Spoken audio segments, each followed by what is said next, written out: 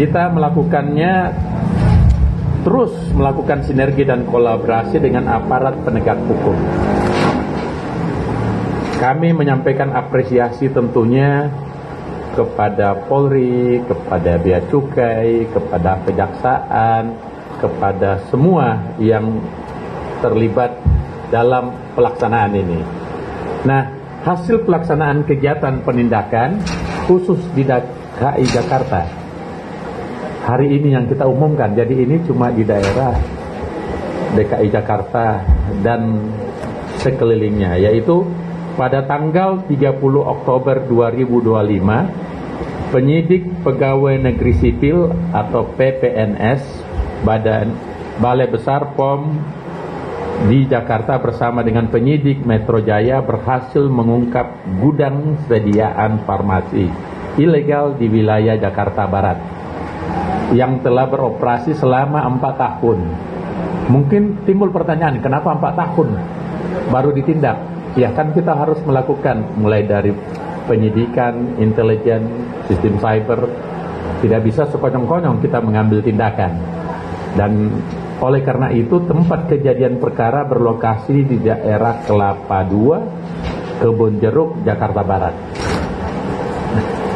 Petugas menemukan barang bukti berupa produk obat tanpa izin edar sejumlah 15 jenis yang jumlah kemasannya 4.227 kemasan dengan senilai 1,4 miliar. Kemudian produk obat bahan alam, dia memiliki TI yang termasuk dalam public warning mengandung bahan kimia obat sejumlah 29 jenis. Jumlahnya kemasannya yaitu 3.151 kemasan dengan nilai 770 juta. Produk suplemen kesehatan sejumlah 21 jenis atau 21 jenis dengan 1.899 kemasan dengan nilai 551 juta rupiah. Alat elektronik, dokumen dan kemasan, total temuan barang bukti sejumlah 65 item atau 65 jenis dengan jumlah kemasan yang kami temukan 9.077 kemasan dengan nilai keekonomian totalnya sebesar 2,74 miliar. Jadi ini khusus di daerah untuk triwulan terakhir ya. Nah, pada alamat TKP, pelaku inisial MU berperan sebagai penyedia supplier produk obat bahan alam dan suplemen kesehatan yang dipesan oleh pelanggan yang memiliki toko online kemudian didistribusikan ke seluruh wilayah Indonesia. Pelaku tidak memiliki tokonya baik tidak ada toko online maupun offline untuk memasarkan produknya. Jadi itu yang membuat juga butuh waktu untuk menelusuri. Kalau dia online, sistem cyber intelijen kami cepat bekerja. Ini dia betul-betul kayak stealth dan motifnya sangat penting. Dia lakukan di bawah meja gitu, kurang lebih. Pemasaran produk dilakukan dengan cara pelaku menerima pesanan dari pelanggan melalui aplikasi WhatsApp atau WA. Setelah pelaku mengonfirmasi ketersediaan produk, pelanggan akan mengirim resi pengiriman untuk dicek oleh pelaku, kemudian pelaku mengirim produk sesuai dengan resi tersebut. Jadi ini modelnya model baru. Dan kita belajar dari ini, yang lain-lain akan seperti ini kita bisa tindaki lagi. Nah, produk yang disita mayoritas memiliki klaim. Klaimnya luar biasa, menambah stamina pria atau obat kuat lelaki.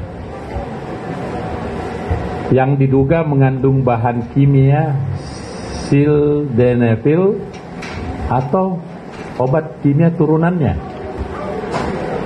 Pada pengujian laboratorium sedang dilakukan terhadap barang bukti tersebut.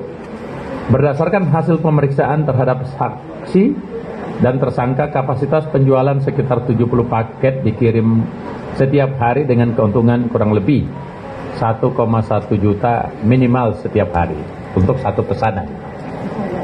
Nah, tentu lebih banyak lagi yang ini kan yang kita dapatkan. Penggunaan produk ini mengandung bahan kimia obat dengan klaim menambah stamina pria sangat berisiko. Kenapa kita lakukan penindakan? Pertama, dia menyalahi aturan. Obat bahan alam tidak boleh mengandung bahan kimia obat. Ini mengandung. Yang kedua, bahan kimia yang dia kandung bisa menyebabkan kehilangan penglihatan, bisa menyebabkan hilangnya pendengaran, bisa menyebabkan nyeri dada, bisa terjadi pembengkakan pada wajah, bisa menyebabkan stroke, serangan dan kematian secara mendadak akibat dari obat-obat ini jika tidak digunakan sesuai dosisnya. Jadi bahaya banget.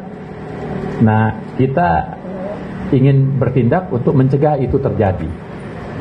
Saat dilakukan operasi penindakan, pelaku berada di TKP dan menyaksikan seluruh rangkaian kegiatan penindakan hingga selesai.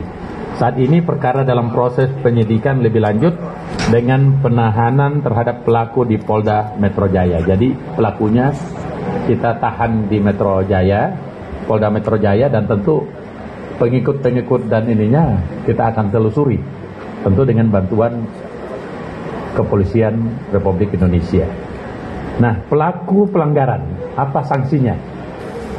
Diproses pro justisia sesuai dengan ketentuan dan Undang-Undang Nomor 17 Tahun 2023 tentang kesehatan, yaitu Pasal 435 Jonto, Pasal 138 Ayat 2, dan atau pasal 436 ayat 1 dan 2, Junto pasal 145 ayat 1 dan 2. Apa hukumannya? Supaya clear dan tegas ya. Berdasarkan aturan tersebut, pelaku dapat diancam dengan pidana penjara paling lama 12 tahun